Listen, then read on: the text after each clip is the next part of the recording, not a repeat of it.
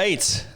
Welcome back to another episode of Side Note, the podcast dedicated to underground electronic dance music and all things related. I am your host, Nick. And before we jump in, don't forget to like and subscribe. Smash that like button. Destroy the subscribe button. Hit the bell for notifications. And with that, pleasure to reintroduce or bring back again the man like himself, Simon. Yeah, it's just Simon. It was great seeing the thumbnail of the last one where it was just like Simon. I felt like very Madonna-esque. Yeah, yeah. Just only one name because I don't want to throw out the real world last name. Yeah, for, yeah. You know. As we all do. Like we're all. This show is completely anonymous for all parties. Even the DJs who come through, you know, they're just like they only go by their like stage name, Sway Sav. Yeah. Claus. Great episodes, by the way. I'm honored to be invited back. I wasn't sure if I would get another invite based on the content of the last cast, but I'm excited to be here. The last episode was so good. I feel like I've definitely watched it a few times. It was terrible compared to your other guests, which actually had something to add. I think it was lower tier so far, but maybe we can add something to it. I don't know. I mean, I definitely feel like you had a lot to add. In fact, so there was a follow-up on a conversation that we had about lasers. Yeah. In which we discussed that, you know, whether or not there was some kind of certification required to operate a pro-grade laser. And I have confirmation from one of my previous guests, shout out to Colin Rodriguez, that you do in fact need a certification to operate a laser. You do, and you know what? I'm glad that you brought that up because I have a retraction from something that I said. I think I low-key claimed that someone had gotten blinded at Mayan Warrior. That is not true. It was bad information. It was from a Reddit post that I saw. Fake news. And afterwards, I got back to you know what? We did this episode and I got back to my place and I was like, it went pretty well. And then I was like, wait a minute, I was talking about Mayan Warrior. I better like look that up. And it was this Reddit post that was like, it was totally not, there was like nothing had been verified or anything. So I feel confident saying that no one's ever been injured in their eyes at Mayan Warrior. And my apologies to the whole crew. I did not, it was bad internet information and I'll do my best this episode to not make bad internet information claims, and I'm very sorry about that. No offense was meant, Mayan Warrior. I offer my deepest apologies. It was very, because I hate to get my laser information wrong, you know, because I feel so strongly about it. It's bad to get it wrong. You were disseminating the fake laser news. Yeah, it's quite a conspiracy. How was Mayan Warrior? You went to Mayan Warrior in Los Angeles recently. Yes. I went to the LA leg. Yeah. Low key, possibly the best party I've ever been to in LA. Awesome. Except I would say like it was expensive as shit. It's weird how we've gotten to a point where like $100 for a party is like something that's like relatively normal. Yeah. How, if you don't mind me asking, like what was the range of the tickets for this one? Because I didn't. So I don't remember the tiers. I think I bought in at like $60. And then you got the fees on top of that, I'm sure. That's like, I think it was like the all-in. Okay. Or no, you're right. Like the all-in was like $90 at like tier 2 or something. I mean, cost of doing business now, but I remember back in the day when like $20 was like the outside limit for a party. And then I think like day of, if you wanted to buy door tickets, $200. Wow. That's crazy. Insanity. And then on top of that, drinks, I think like 2 cocktails, $44. Thanks, Joe Biden. Jeez. Joe Biden's America. So it was really expensive. Yeah. So I would say, you know, to offset that, the production was some of the most amazing production I've ever seen. Shout out to, I forget the name of the venue, but it's at 515 South Anderson. So folks out there, if you see a party taking place there, definitely check it out. Amazing venue. Definite like Brooklyn Mirage vibes. Nice. And is it a permanent, is the same venue going to be putting on more parties or was that just a one-off and they found a good venue? Because like Brooklyn Mirage, right? It's there all season. It's there all the time. So, I mean, that place is there all the time. I think it's available for rent all the time, but probably pretty expensive. Yeah. But they had the whole thing where there was no cash. It was a cashless, cardless system. What is that? Why is that a thing? I think it cuts down on people losing their credit cards. Okay. And shit. Okay. And then for the bartenders, they don't have to fiddle around with like processing payments. Okay. And they don't have to fiddle around with cash. Right. So you just like, you swipe your bracelet after you've checked in, and then you literally just click how much you want to tip, and you're done. Oh, okay. Wait, we did that, right? Oh, it was like that at the Mind Warrior party that we went to. I think I seem to recall. Maybe I'm not remembering right. Maybe this is more bad. But me and the Mayan Warrior information. I'm just spreading misinformation. all this Mayan Warrior fake news. I feel like I might have recalled like linking my card at some point in the night or something like, and I was probably complaining about the cashless situation also. I don't know. That sounds familiar. I don't know. We've been to so many events together at this point. It's hard. What's it like for you, like starting to get back into like normal events with like being with a bunch of weirdos in a warehouse space and doing this? I mean, again? I think situation dictates. It depends on the party. Yeah. I think as far as that party, I thought like, because I've seen like a wide variety of crowds across the different events that I've been to, kind of post-vax, everything from like the hard techno, like gothic crowd, and then kind of tech house crowd where it's just like college bros, and then the Mayan Warrior crowd is kind of like that bougie burner crowd. With like a lot of scoop necks. Yeah, well, it was Halloween, so it was like a combination. Okay. It was a combination of Deep House Starter Pack. Okay. You guys know the Deep House Starter Pack. We all know that look. Got the black top hat. I want to do that. I want to do that at some point. I want to get into that. Did you dress up for Halloween? Loosely. Like what was your costume? I just pulled some shit out that like, actually I pulled a jacket that I bought at the last LA Mayan Warrior. Paired it with like some sneakers and just decided to call it 80s guy. 80s guy. 80s guy. That's a good phone it in. Yeah. Is that what you phone it in? What was that? Were there popular costumes this year? Like what was Squid Game, I think is an easy. Yeah, but I didn't see a lot of it okay. at Mayan Warrior. I forget the name of the character, but he's from Schitt's Creek. Do you watch that show? I've seen a couple episodes, but I'm not like a regular like watcher. The son, I forget his name, David something. Yeah. Daniel went as that character. Okay. And he's known for like a signature sweater that he wears and these sunglasses. So Daniel had like both of those. And that was actually like quite a popular one. Like the whole night people were like stopping him like, "Oh, you're David. Oh, you're David." All right. Yeah, and excuse me for not knowing my Schitt's Creek. I do not watch a whole lot of TV these days. You're too busy with this cast, dude. You're putting together this content. It's true. Somebody's got to do the work to get this. When you're making content, you don't have time to consume content. You can't. Are there any? Do you have any events on the horizon for you that you've? Okay. Yeah. So December, like Thanksgiving weekend, compact showcase party. Nice. Who's playing there? Michael Mayer. Nice. And Guy Borato. Wow. And Reboledo, who he's like a big actually fixture at Mayan Warrior. He always plays there. So I feel like that should be a good one. And then I think a week later, Eva, who's been on the show, she's promoting a breaks party at Resident. She's bringing the Stanton Warriors, like old school. Whoa, okay, I'm familiar with Stanton Warriors. Yeah, she's bringing the Stanton Warriors. Simply Jeff is going to be there. I'm still trying to get on the show. Eventually it'll happen.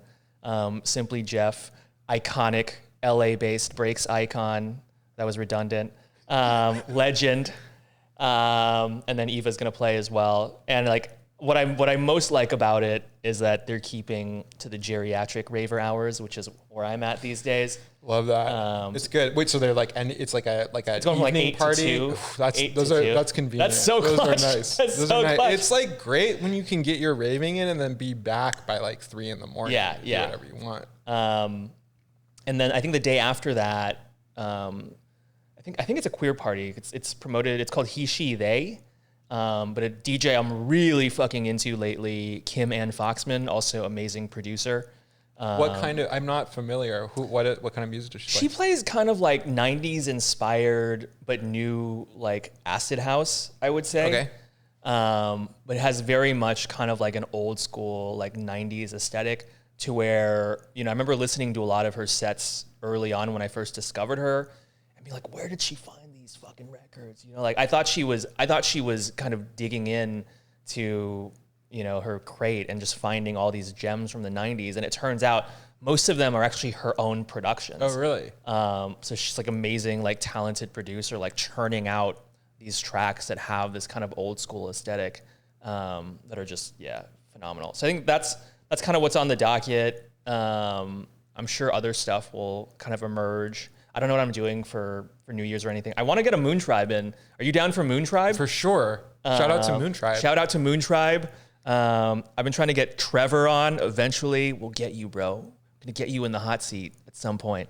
But yeah, I think there's a Moon Tribe in December. Awesome. Or you're not supposed to talk about Moon Tribe, right? Yeah. All right, yeah. There may or may not be one. But the first rule of Moon Tribe is you don't talk about Moon Tribe. I feel like they're really on lockdown with their like access to their mailing list and whatnot. Yeah. So even talking about it doesn't. I don't have access. Safe. I don't have access to the mailing list. I don't have it either. One of our friends in the R's crew, he's the one guy in the R's crew. Shout out to the R's crew shout out to Alex and the R's crew that has access to the email. And he's the arbiter of Moon Tribe. It's weird. I feel like there's someone like that in most group. There's the one guy that has access to the Moon Tribe mailing list, and he's your connect for those good prime Moon Tribe parties. Speaking of ours, you guys had a very successful party. When was that? Like a month ago, 6 weeks ago? We did. It was like the last weekend of September or something. I'm looking forward to. Maybe it'll never happen, but I'm looking forward to when I have a grasp on time and when things happen. Like things really went off the rails with the Corona thing, and I'm still in a zone where like time is passing. Time is meaningless. There's no reference points anymore. It's just like. So that was October, September. I can't even remember. I don't know. But it was good. Maybe October. Yeah.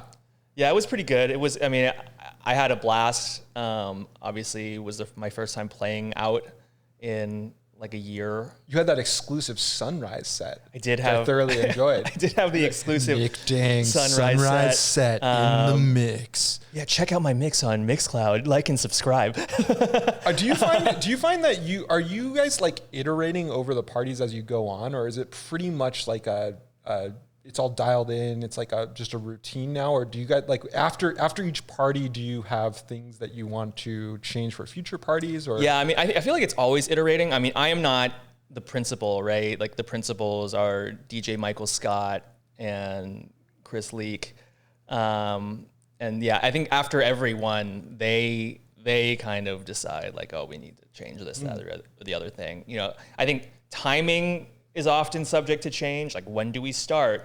When do we end? I think this year, I mean, you were there. We started early. Like we started music at like 6, maybe even 5. Like the sun was still like well out when Maya started her break set. But then we ended at like 7:30. And there's definitely been years where it's like the music goes to like 10 in the morning. Well, people were they were worn out by that sunrise stuff. It was the gauntlet. So it was kind of I've reached like peak like esoteric beats. That's gonna be the name of my mix compilation. Just like experimental esoteric beats. How do you plan those sets, or do you plan those like so? In the off season, you're scoping tracks and listening to stuff, and then the off ours season, like in advance. And so when do you just play, or do you start with do you group all of your favorite tracks, or do you start with one track and then pivot on that for planning your set, or like how what's that process like? I would say that like I definitely do a fair amount of planning, and I'm like not ashamed to admit it. I feel like a lot of DJs, you know, they'll pride themselves on being able to like throw something together on the fly, which is great. But in terms of like, for me, if I'm trying to like deliver the best journey that I can, and ours is definitely for me, like the venue for like a psychedelic journey, right? Because it's an outdoor party, like, so I'm trying to go for, not to sound fucking like annoying here, but like mystical vibes, I guess. Mystical vibes. Okay. Mystical, I just like trippy vibes, right? Yeah. Like I'm trying to go No, we for all like do. a trippy Everybody journey, does. right? So like with that goal in mind, for me, it's best to like kind of plan shit. But invariably, and now I've sort of baked this into the process, invariably I plan fewer tracks than I have the time slot. Meaning I don't have enough. Like I don't plan enough tracks to fill the slot. So now I just bake that into the process, and I just assume like, okay, like this is sort of pre-planned. This will be about like 60% of what you end up playing or what I end up playing live. And then I'll just wing 40% to like fill out, to flesh it out, to get to, I think this year my set was like 2 hours, over 2 hours, I think. I think I played for like 2 hours and 20 minutes or something. So yeah, like I think I probably only had maybe like an hour and a half okay. of stuff. Wow. So then, that's like 45 minutes of like, okay. And then I'll usually like figure out points within what I have planned. This is where like from this track, you can kind of try to flesh it out and then get back to like this next track that's already been pre-planned. So I'll sort of like flag in my mind where a good spot for like a diversion might be to like flesh out. Yeah, no, I like that. I think what really impresses me about electronic music DJs who have like very good track selection skills is just like the body of work that they can pull from. I feel like one of the unique things about electronic music is like if you make a solid track, it ends up being kind of timeless. Yeah. Like there are tracks from 10 years ago that you could throw on today, and it doesn't sound like an old track. It sounds like a good track. And so like I feel like that just makes like I was watching Lee Burridge play in LA one time. Lee Boo. And he was playing a lot of like older-ish stuff, but it was going off like it didn't feel like throwback tracks. Like if you're at a hip hop club and you throw on like some 90s hip hop, it's a good track because it's a throwback track. Yeah. But it's not like, it feels like a throwback track, but like with electronic music, it doesn't always feel like a throwback track. It just feels sometimes it does. There are some of those like really iconic electronic tracks. Yeah. But yeah, for the most part, I think someone who's really good at that I've heard described in that same manner is DJ3. You ever seen him play? Yeah. He's like one of those guys who's like considered, shout out to DJ3. We'll get you in the hot seat at some point. Every DJ we bring up, I'm like, yeah, we're going to get you on. I would love to hear him on this cast. I was listening to one of his live sets on SoundCloud a couple months ago, and it was really good. Yeah, but he's like one of those DJs who's described as like a DJ's DJ. Right. Where like his back catalog is like so immense that, yeah, he could be playing like a 10 or 15 year track and you'll have no idea. You'll think like it's like some brand new shit. Yeah, he's definitely one of those guys. I feel like Digweed is one of those guys, maybe less so, lately, but I think historically, Digweed's definitely been like a DJ's DJ who has like a very in-depth back catalog. But yeah, I agree. Like being able to like reach back.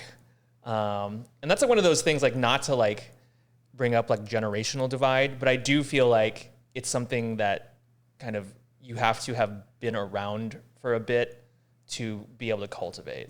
But then again, you have like guys like Disclosure, right? Who when they came to the scene, they were like babies. I think they were like 20, maybe even 19 when they came to the scene, and like their productions sounded like super old school. So there was definitely like a depth of knowledge there in terms of the type of music they were producing.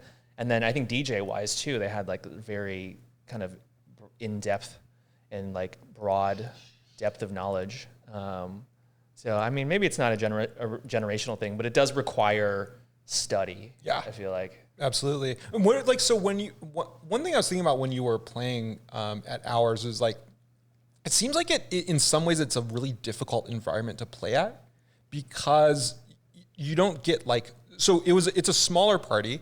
And usually by the time the sun is starting to come up, most people are pretty worn out. So you're not getting like a lot of immediate energy from the dance floor. So where is your, like, do you do you want to send people on a journey, or are you looking out to the crowd to try to get feedback back from what you're playing? So, like, I mean, how does that work? At ours, especially, you can't see shit. Okay. So actually, until the sun rose, like I wasn't getting, and no, anyone who played that night, all of us who played that night, you know, we're not getting any sort of visual feedback from the audience because we can't see shit. We're in the middle of nowhere. Right. I mean, actually, the visibility was pretty good that night because we had like some terrific moonlight, but generally speaking, I can't really see what's going on. I have like lights from my devices in front of me kind of polluting it, so I can't really see anything beyond. So yeah, I mean, I guess it's difficult in that I can't tell if people are vibing it or not vibing it. But it's just like, okay, I'm just gonna do my thing. Like this is the experience that I want to deliver, you know, tonight, and I'm going to do that, regardless of whether or not anyone likes it. Yeah. But I'm assuming people will, you know. But so yeah, to answer your question, like it really wasn't until like sunrise where I was like, oh, I can see people now. Like yeah. But yeah, it is kind of, I don't know. It's probably less difficult than playing in like a loud ass club where like lasers and shit are like firing above you. Yeah, I think that's probably true.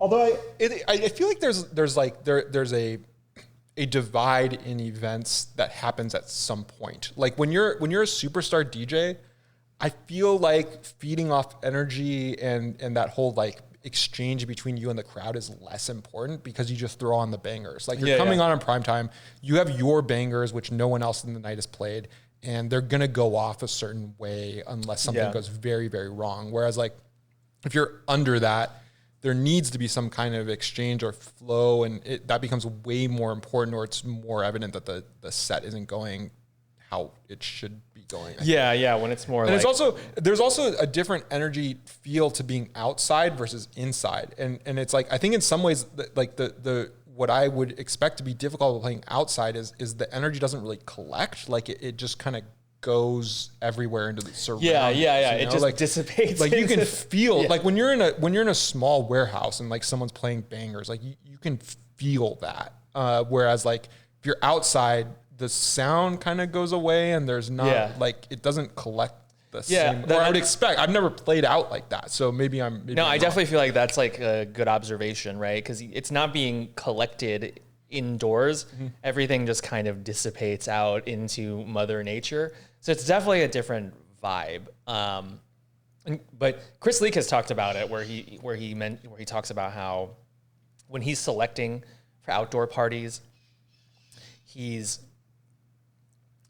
looking for organic. Okay.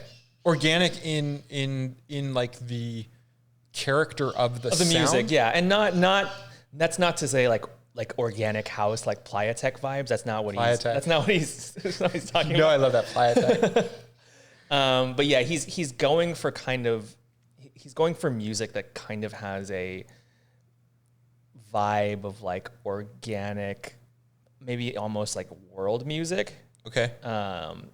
That's like for him like appropriate for outdoors, and I get what he means. Like he's, you know, it has kind of that like trippy like earth vibe.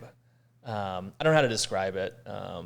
You can check out his Mixcloud, Christopher Leak, to see what I'm talking about. But yeah, it's definitely a different beast playing outside versus inside. But then again, like, I don't know, like we've been to Burning Man shit, like all of those parties are outside, and I don't know that they're playing differently. You know, like when DJ Tennis plays at Robot Heart, right, or at Mayan Warrior, I don't think he's playlisting any differently than he would inside. I don't know. I don't know if he's like playlisting differently, but I think it feels like the way the energy collects feels different because it's just you're on this expanse of the playa and like the sun's coming up and it's not, whereas like if you were playing inside of a club or a smaller club, I feel like it would be more, it's more like consuming to you as the spectator of his set, I think. Maybe. I don't know. I've never seen DJ Tennis playing inside, so maybe I'm not. That's true, I've only too. seen him outside. Yeah, that's true. So, now that I think about it, I've never seen him play inside either. It's always like Mayan Warrior, at like Gingling.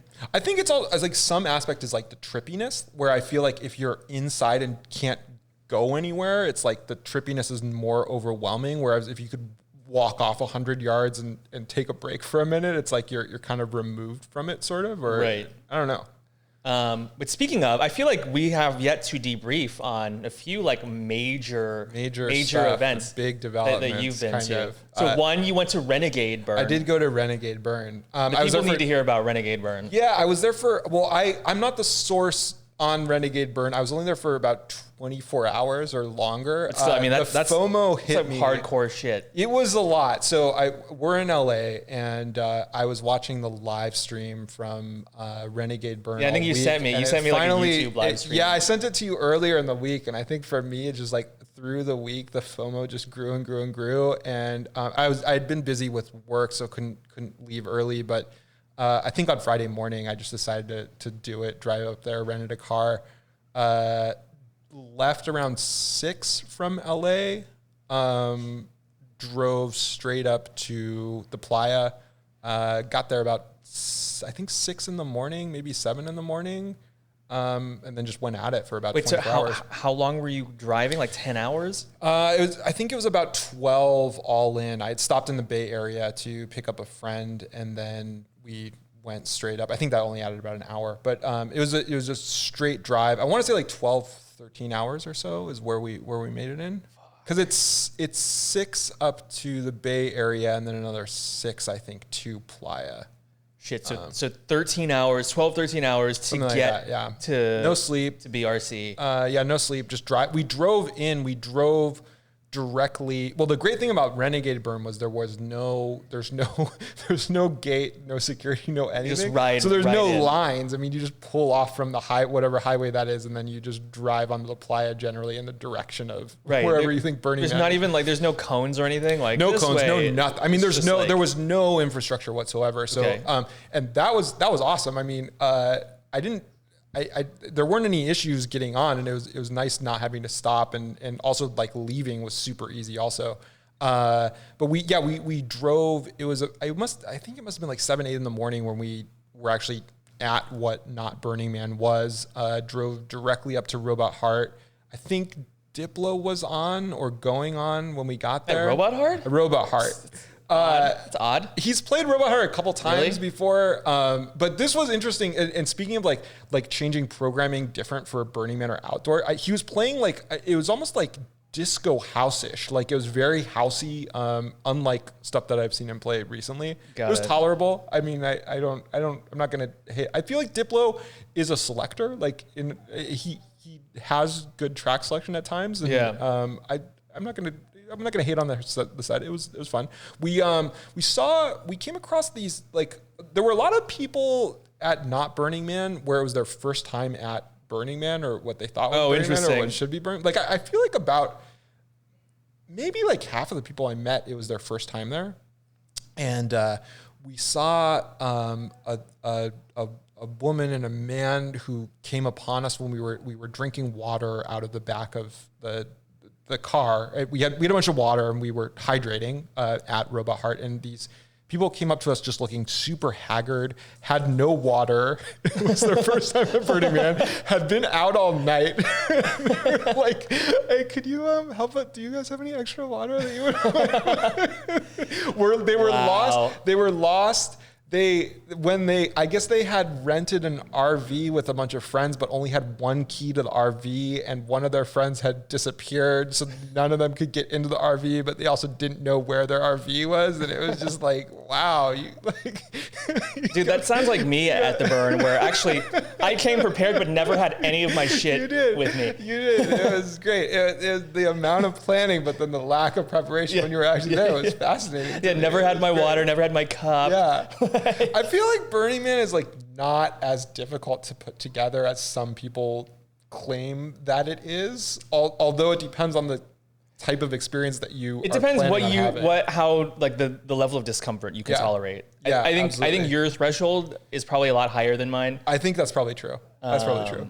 So like for me, like it definitely required much preparation. Although in actuality, like I didn't get to use any of this stuff. Dude, that's the whole thing. Yeah, that's the whole thing. Is like you could have all of your like creature comforts back at camp, but then you're gonna like be there and bring not doing anything. Like other never stuff, never had my Camelback. Like it was pretty bad.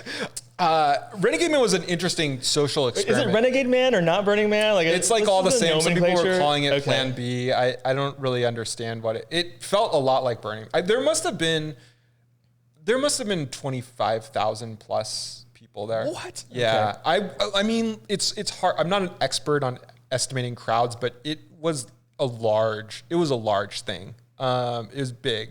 I guess it was about as big as I was expecting, having heard commotion and see the live stream. Like, was BLM out there? Oh yeah, yeah. They were. And all that stuff? The BLM was definitely there. I saw a few BLM officers, but for the most part, they looked... Bureau of Land Management, for the record, not Black Lives Matter. Yeah, slightly different. Slightly different. They seemed mostly friendly. I was driving around in the morning and gave them a wave, and they gave me a smile and a wave, and I didn't see anybody.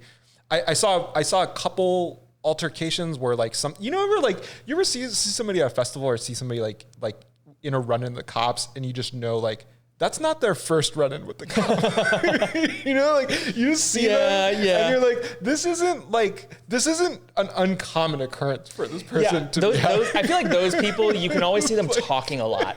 They're like talking a lot and they're gesturing a lot. Yeah. Whereas like most people like who rarely have encounters, they're like.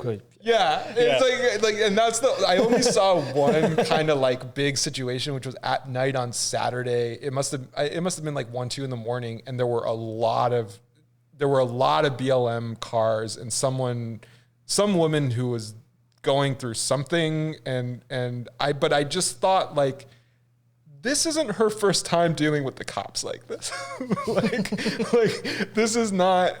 It's not going to be like after Burning Man, it's not going to be like, oh man, Burning was good until like I ran into the cops on Saturday. It's going to be like, that's going to be a footnote on the Burning Man experience.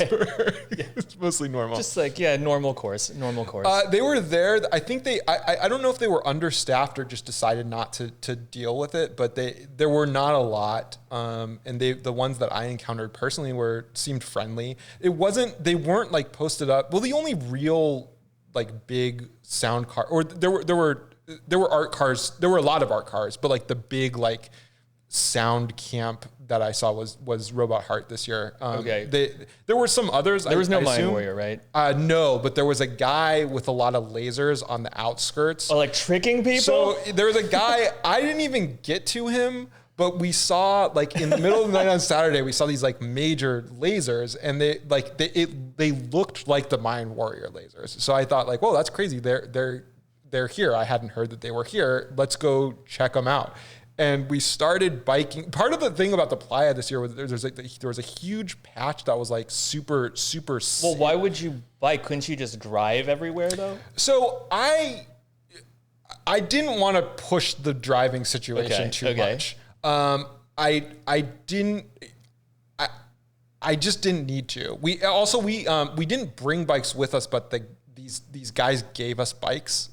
We happened to be camping next to these guys, and they gave us bikes. So we had bikes. Most people weren't testing the driving situation in the middle of the night, and it seemed kind of dangerous. So along with like not wanting to get in trouble at the BLM, I also didn't want to accidentally murder someone. Right. So I didn't want to press that. I drove out in the morning both days, but at night it was just because like not everyone's like glowing or whatever. It just didn't seem like a good idea. That was like it was weird how you could just drive everywhere, and that seemed. I don't think anybody got hurt. But so was there still a city and then an Esplanade? It was there Playa? was kind of. It sort of seemed like there were like 3 different groups of people that each tried to kind of conform to a slightly different idea of where the city should be placed. Okay. So it was like there was kind of like the horseshoe shape, but then there were like the streets weren't quite aligned. But it was surprisingly good for no coordination. There was There's definitely no central coordinating authority. No, it's just like it worked. people. Like there was definitely an esplanade-ish kind of thing, and there were streets, but then you would kind of like hit a dead end, or things would be more like clumped together. Like finding your tent was like definitely, or I heard for us, it was, I think we almost lost it once. But like, it was very important to have some kind of like an orienting thing. And what we used was, there was like a big, like, it was like a disco ball, but it was a dick. And it was up on a crane. And I think that's what most people use to orient themselves. That's something that, okay. Somebody brought it. It was like they had a light on it, and it was like a mirror ball. Yeah, because normally you find the thing that's like at the entryway to your street, right? And that's like your. Well, we didn't even have that luxury. That was at least like, well, if that's over there, then our camp is like somewhere that way. Right. So it was hard, but it was cool. It was interesting only being there for 24 hours. I feel like I didn't really like get deep in what was there. But it was cool. It was like, I'm glad that I went. It was worth all the driving and quick turnaround. Right. It was interesting to see. I can't speak to, I know some people are saying this is like more like original Burning Man, or like, this is like kind of how it was. I doubt that that's how it was at the beginning, but it was definitely different from organized Burning Man. Okay. Like a little more lawless. Yeah. So like, were you just peeing in bottles and shit, or were people like peeing out on the playa? Yeah, there were like people there were a lot of people peeing on playa. I honestly, so I'll do my best to pee in a bottle wherever I am, and I understand that that's the optimal way to do things, but I don't completely understand why it's terrible to pee on the playa. Yeah, same. I know it's an issue with obviously if there's 25,000 people there all doing it, it gets kind of crazy, but also it's like maybe controversial opinion, but it is a dry lake bed. Like and I don't really get how that ruins the environment completely. Right. I think it's just like a principle thing, right? Like a leave no trace. Like we were never here. I guess I get that. I understand that that's the wrong way to view it, but I don't know. To me, it doesn't seem like the end of the world. Right. In the scheme of things, that's fair. That's what you're leaving behind if it becomes a lake every year. But it was weird because I saw a lot of people peeing, and it's situations like those where I realize how difficult it is for women to pee outside. I saw so many women trying to pee and just like having a really hard go at it, which was funny and interesting. And I also saw dudes just kind of like walking and pee. There were a lot of dudes like doing the walk and pee thing at the same time. Like crop dusting, dude, but like I don't know what just. Wait somewhere for a second. I don't know. Bro, you can slow down. You can take a breather. Yeah, I don't know. But like garbage and all of that, like, see, I guess I didn't make a point of exploring, but it seemed, I didn't see a lot of trash left behind. I saw one camp, something, I don't know what happened there, but like some people left all their garbage, and which was odd, but I didn't see a lot of people completely disregarding rules. It seemed like most people kind of like were trying to have things end as well as possible, and not further develop a bad reputation for everybody. So are we going for 22, dog? I'm down. It'll be interesting what happens. So it was weird because the general sentiment of being there was like why do we have Burning Man organization at all involved in anything? And we could just like come out here and do this. And then I was like reading some of the like Reddit. I like the Burning Man Reddit because it's great because there's a lot of people who are like very salty and like snarky and like about everything. It's just like all like.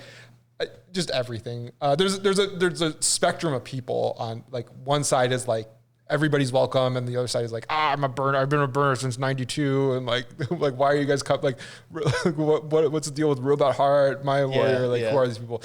But I saw like on the thread, it was weird because it was like we don't need Burning Man. We don't need Burning Man organization after this Renegade burn.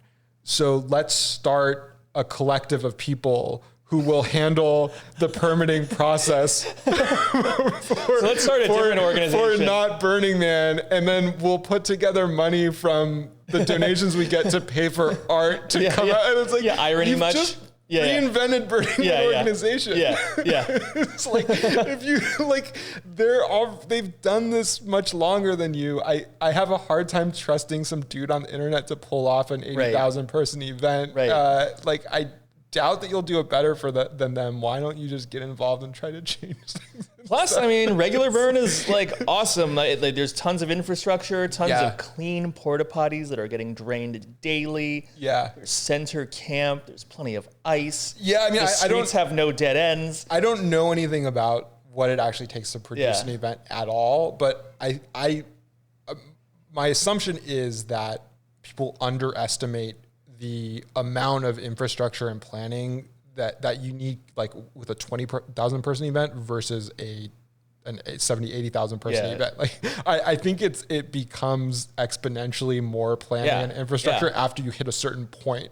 I mean, that's like an exponential increase in attendance. Yeah. Or attendees, right? So, but it was good. It was cool. I'm interested to see what happens next year. Do you know about their financials at this point? Are they I have no idea, but there's fundraisers all the time. Right. Like at like peak COVID, there were all kinds of fundraisers. I feel like I had seen a lot of like thank you posts, like we did it type of thing. Okay. So I think it should be good.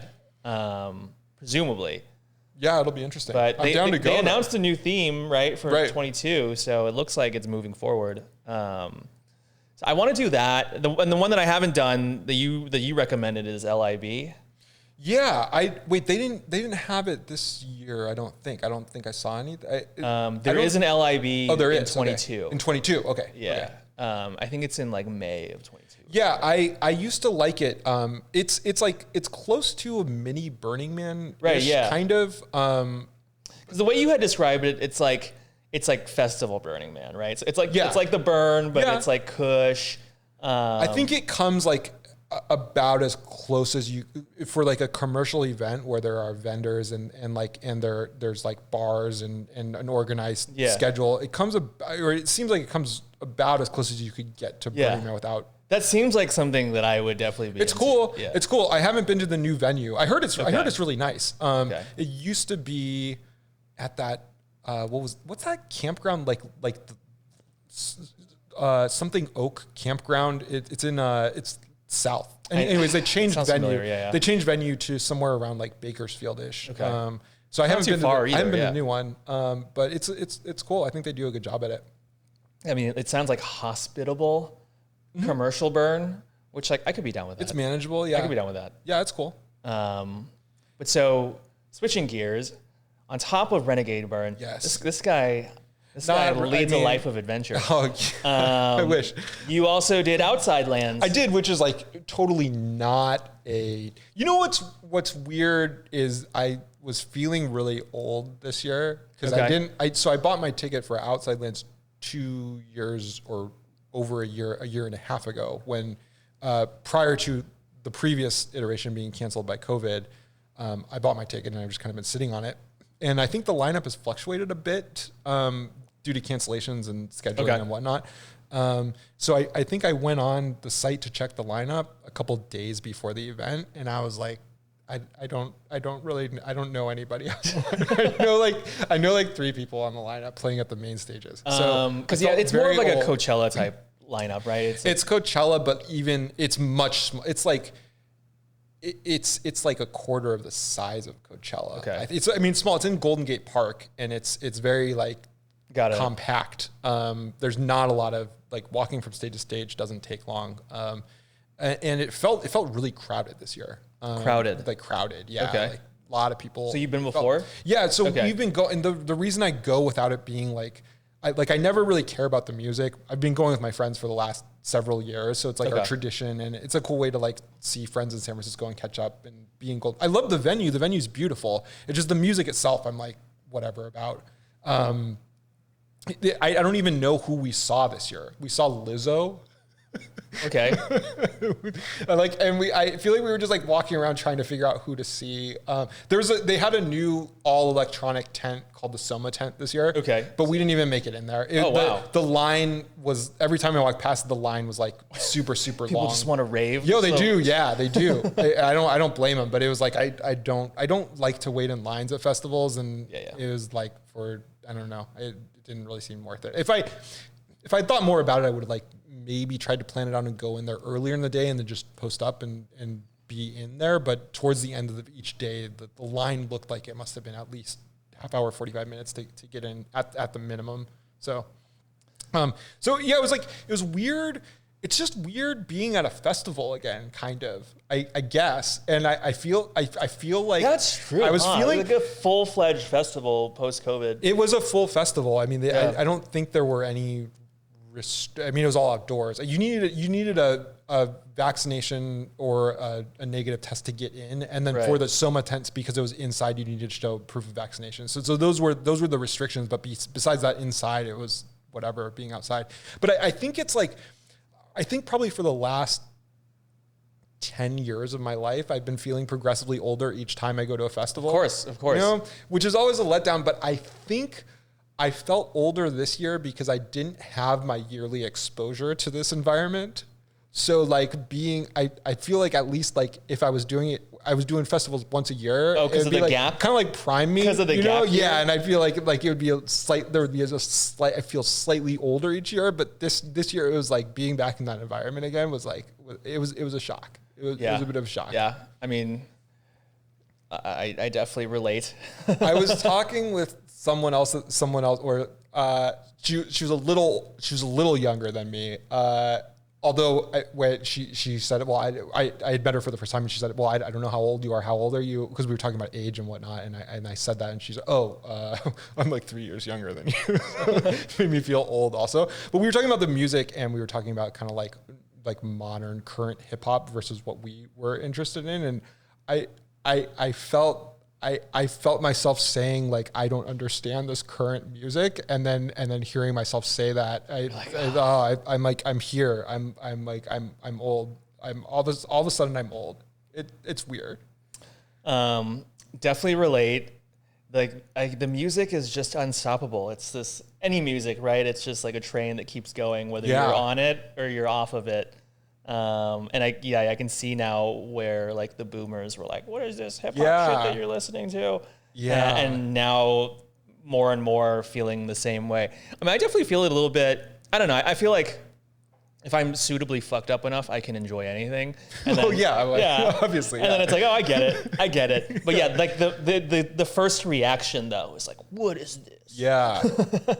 I've been getting a lot of that with like kind of this new breed of like hard techno, you know, that's like 150 BPM, which like when we were coming up, like music in 150 BPM was like relegated to like a very small subset of like hardcore, like Gabba Room, and often sort of like talked about disparagingly. Where now it's like, I find that it's becoming like increasingly the norm. And, you know, I have nothing against it, but it was definitely like a change. We're like, oh, this is new. This is definitely like the next generation's thing, and I need to get used to it. But like hardcore music itself was like more popular than it was 5 years, like 10 years. I guess I'm thinking of like late 90s maybe. Yeah, like, that was when hardcore was like big, right? And then it tapered, and then we went through a lull. And then we went through like 20 years. We went through like 20 years of like, I don't listen to that hardcore shit. Jesus. Like, I don't listen to that hardcore shit, like gabber shit. Or, you know, or people would talk about like how they went to a party 20 years ago and walked into the hardcore room and like had their face melted off or something. I never had that experience. I've never enjoyed that music I don't think I've ever been on enough extracurriculars to enjoy that music. And I've always been curious. Maybe, I don't know. Yeah, I don't know that I've been there either. But, you know, I've been to a few events now, you know, for this show. I've talked about it on the show, you know, that are like kind of in that hard techno vein. And like initially it was like shocking how fast and just like how intense it was. And like, you know, I walked away like, no, I get it. I understand the music, I understand the appeal, but it's a new thing. It's like it didn't exist, you know, for the last like 20 years, or like like portions of it existed, but like I said, weren't sort of, you know, were relegated to. So who have you seen that plays that type of music? Like who are the artists? Like a lot of the people who I've had on the show. So shout out to like Sway Sav, shout out to Sarah Strandberg, shout out to Nectar, shout out to Claus, shout out to Texie. What's the BPM range? So like some of the BPMs are like in the 150, like 160. Yeah. Where it's just like, wow, like that was like sort of fathomable, you know, like when we were coming up. And it's like a new thing. But it's interesting. And I've talked about it on this show too. Like I feel like the music has evolved now such that there's now a lot of competing lanes. And, you know, granted, there's always been subgenres and sort of scenes within subgenres, but there have always, I think when we were coming up, there were always raves where like you could experience all of them under one roof, right? Yeah. There'd Absolutely. be like the drum and bass room, the house room, the trance room. Those were kind of like the mainstays, Totally. right, at most parties. And now like it's become so split that like the scenes rarely cross-pollinate anymore. That's true. Do you think that's because of the music itself, or because of like different? So I feel like back then it was easier to get large space for parties. When you had large space, you could have several different rooms. Whereas like now, the only parties that really have multiple stages usually are going to be like an Insomniac festival, yeah. or like every once in a while there's a warehouse party downtown that'll have 2 rooms, but it's never like 2 full blown. Yeah, but rooms we of still music. have like some like pretty big mega venues in LA at least, right? Like Los Globos. Oh yeah, okay. Catch One. Like me, Daniel, and Chris went to one that I've talked about on this show, Reform, that was at. I just said the name of the Catch venue One? and I just blanked on it. Yeah. Okay, Catch I've One. never been there. Yeah. What's that venue like? Don't they do like 48 hour You been to parties? Los Globos? Yeah. It's basically like a clone of Los Okay. Globos. So like large, many rooms, they all kind of link up together. So they had like an old school, like kind of mega rave all under one roof, except that like the different rooms musically weren't that divergent from each other. So it was all just kind of like techno. I see. And it's a great party. Like, and I've talked about how great it was, except that I didn't like that there were no colors in the visuals. Like, everything was like black and white. That's weird. It's like, yeah, like, you know, give me fucking yellow laser. But Rare yellow lasers. so like that doesn't exist anymore. Whereas when we were coming up, that same venue would have been like a drum and bass room, a house room, a trance room, and a that makes experimental room. Yeah. So you don't see that anymore. And so like in terms of your question, like, you know, is it the music or the venues? I think it's kind of like the scenes have split apart. You know, like you go to Mayan Warrior and it's a bunch of like, you know, like bougie new age bohos with the deep house starter kit, a lot of like necklaces and bracelets and shit. Yeah. Right. And they don't want to hang out with, and vice versa, with like the techno people who are now like, they would have, like when we were coming up, they would have been punks. Or like heavy metal heads, but now they're like techno heads and they carry that same aesthetic, right? So there's no mixture there. I wonder if any of it has to do with like how it's easier to acquire underground music now. I feel like, so back in the day, like you might be like a casual raver or like someone who's coming to the rave for the first time, and you haven't heard any of the music that's in any of these rooms. So you kind of want to like navigate around like, oh, do I like drum and bass? Do I like trance? Like maybe I like all of it. Whereas like now you already come having heard all these like super obscure subgenres, and you might like feel like you know what you want. Like why would you want to check out a trance room? You're over it. Like that's a really good point. Like I guess in the age of the internet, everyone already knows what they want. Absolutely. So it's become like further divided. I don't know. Do you think trance is going to come back at any point? I think trance has kind of secretly come back in some of the hard techno. Okay. There's actually this meme on Facebook where it's like a Trojan horse. And outside of the Trojan horse, it says like hard techno party. Yeah. And then inside of the Trojan horse, trance. I was like, oh yeah, I can kind of see that. I can kind of see that. Fantastic. So yeah, to your question, trance is already back. I was like listening to some of my old trance music a while ago, and it's just like, I don't know, it doesn't hit now the way that it used to. Wait, you said you listened to old trance some music? of my old, yeah, Okay. some of my old trance music, like from what, maybe like 2002, 2003. Okay. Okay. Well, trance was already kind of on the decline. In Yeah, 2002, maybe I feel 2003. like trance might just be like something that's perpetually on the decline. Just I never don't know. really. I feel like for me, peak trance was like 98 to 2000. Okay. 98, 99, 2000. And I Okay. think if you go back to like mix CDs and shit from that era, for me at least, personally, like peak. Like, Peaking. I think some of it might have to do with how it's mastered also though.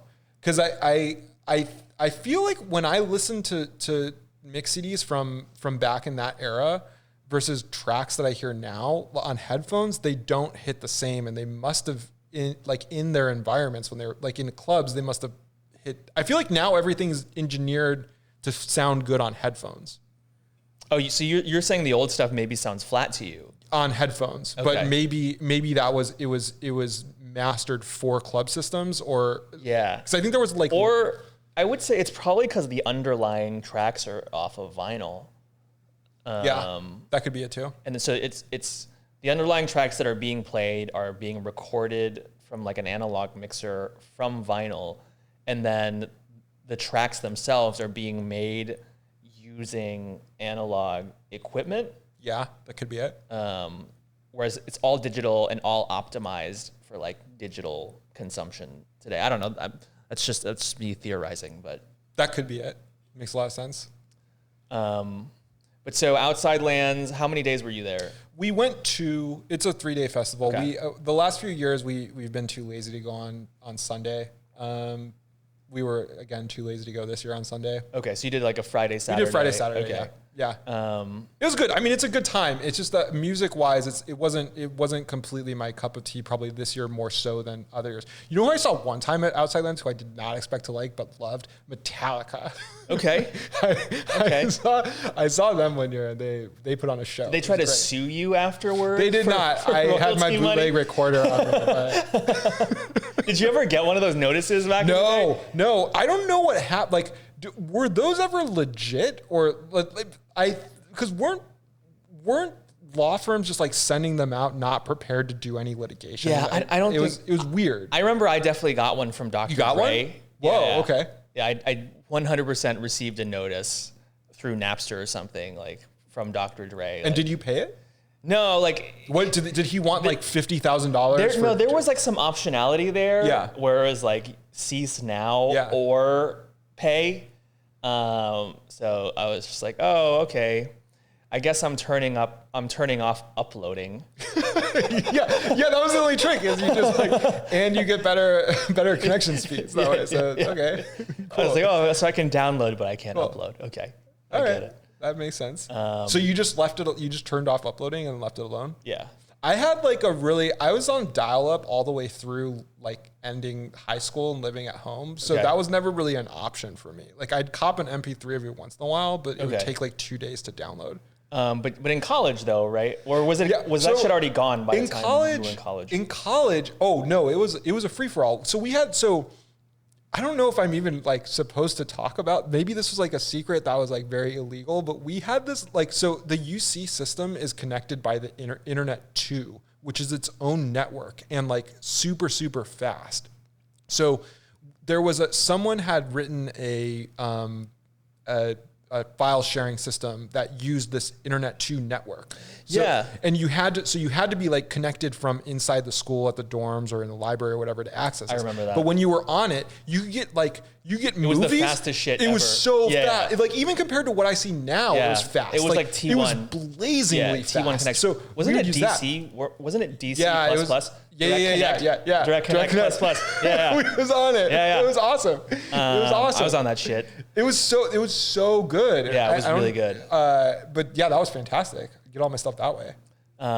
Okay, so you did get to enjoy some of the golden age. Yeah, I had a piracy ton there. of tracks. My roommate and I used to like argue. We would each like super intricately organize our tracks, and we'd have these like late night arguments over like, if someone's a feature on the track, is it like by the other artist, but like with parentheses featuring as the title, or is it by the feat? Like it was a whole thing. I was like super obsessed with organizing my tracks now. Oh yeah, because it would be like Bone Thugs and Harmony featuring Tupac. Yeah. So then, is it by Tupac, or is Tupac on? I feel like it's by Bone Thugs. Well, I don't know, but if you're searching, then that might be yeah, an issue. yeah. I don't know.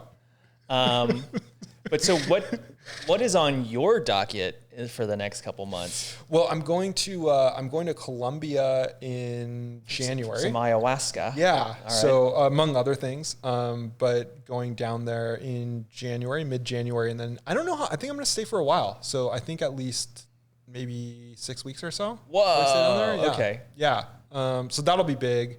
And then I don't know. It's like kind of like downhill now. We've got Thanksgiving in a couple weeks, and then it's Christmas, and then we're in 2022. It's crazy. Yeah. Yeah. I always like I feel like the ends of each year kind of, once we hit Thanksgiving, it's like game over. It just flew by. Yeah. Yeah. I saw some meme there. It's like, you know, if you're one of those people who's still like reeling from 2020, wait till you find out that 2022 is in 2 months.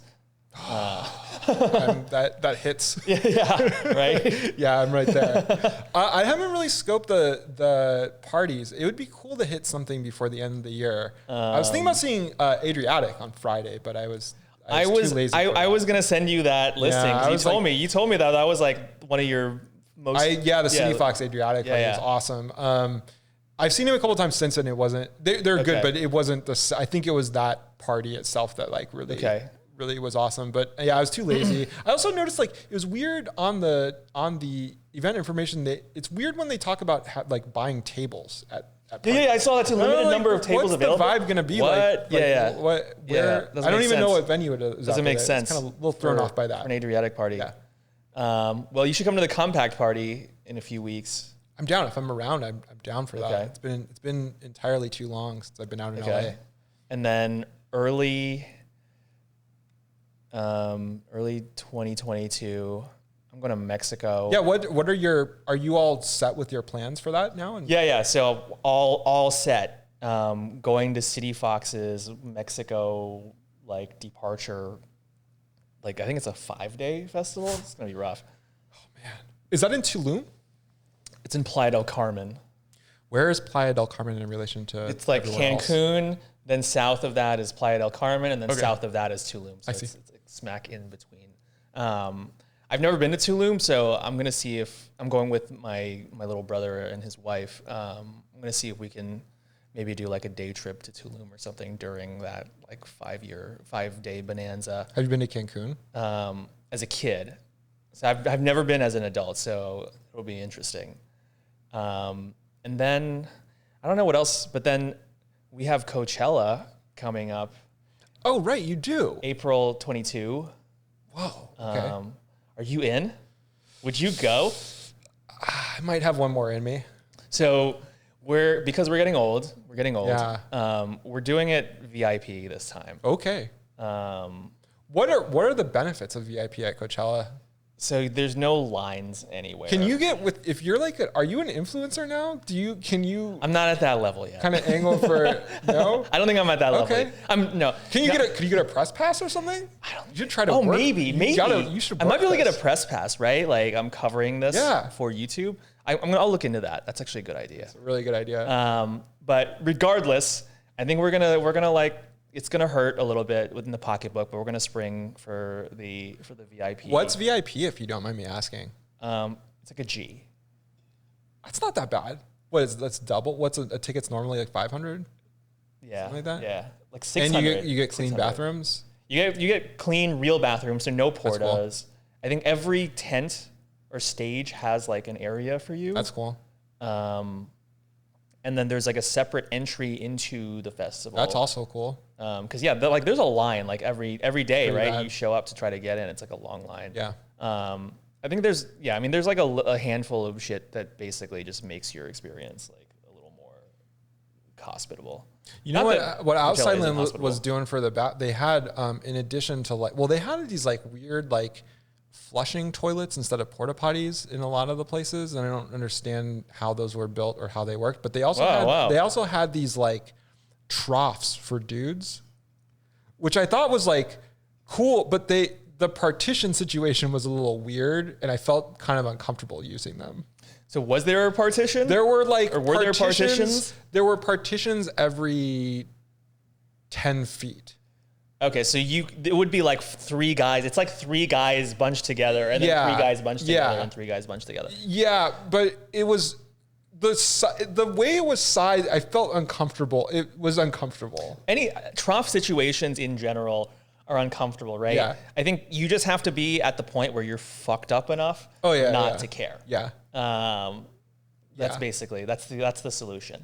I appreciate it though when a dude comes into the trough situation and like he just doesn't care. You know, like he goes in the middle, doesn't even like if there's several troughs, like he doesn't even try to find another one. He goes right in the middle. Yeah, he like doesn't like scope it out. I'm definitely not there. I'm not. I mean, not either. Maybe we'll get there sometime. So, is there a big crew going to Coachella with you? So it's me, Chris, Daniel, and I think the deal was Chris bought like one of the package deals was like if you buy a suite at like one of the hotels in what are the towns like La Quinta.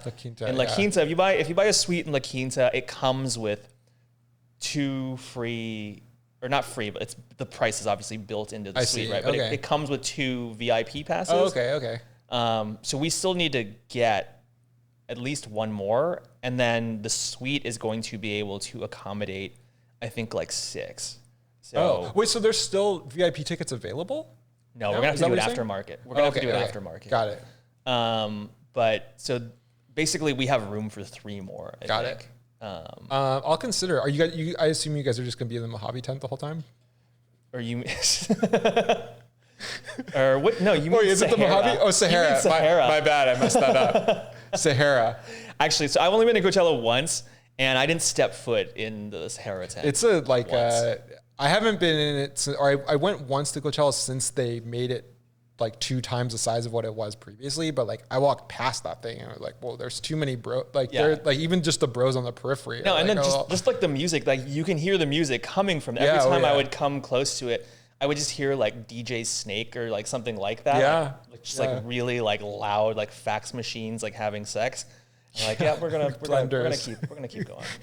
Yeah, I was actually the last time I was at Coachella, I was like feeling kind of uncomfortable. Then I found the Do Lab stage, and I was kind of like, okay, Do Lab's great. These are my people. Like I can do this for an afternoon. Do Lab's a good stage. Although when I went, I think Diplo played at the Do Lab stage. It can be hit or miss. Yeah. I think that Skrillex was actually closing out the night that I was there. Yeah. Although I gotta be honest, man, I've seen Skrillex a couple times live, and like maybe I was just in the right. I was in the right frame of mind or whatever. But like I had a pretty good time. I feel like you can enjoy anything when you're in the right frame of mind. That's true. I mean, even at the Burn, right? Like I would hear the dubstep or like the bass music.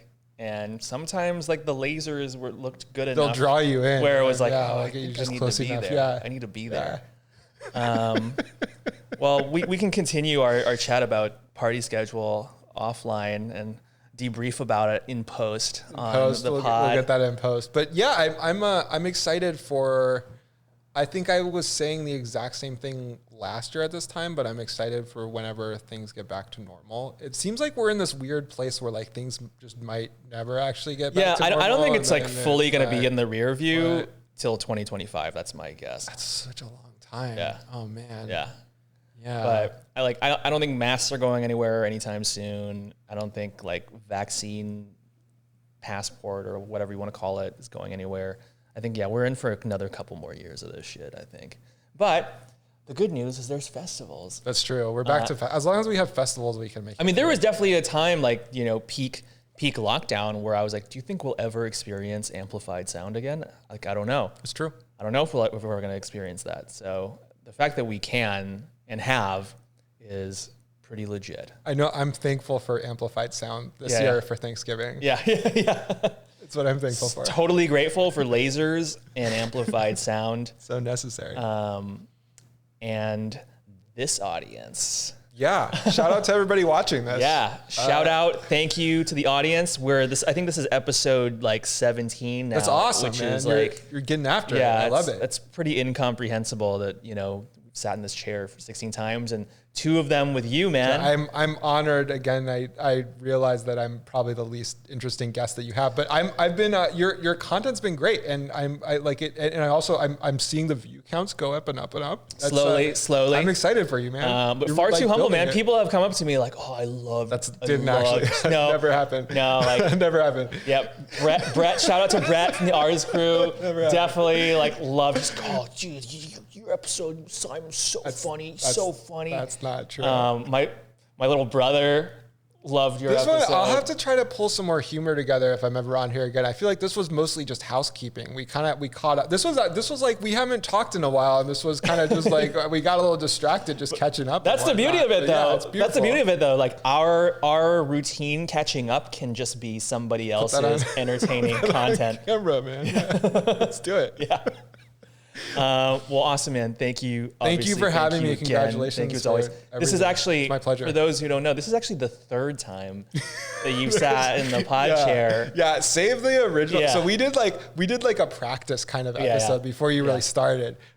Maybe it'll come out on Patreon at some point. Maybe. Like a but I listened to it and I was like, oh, look at that. This is never seeing the light of day. But yeah, maybe once the Patreon hits and we'll All right.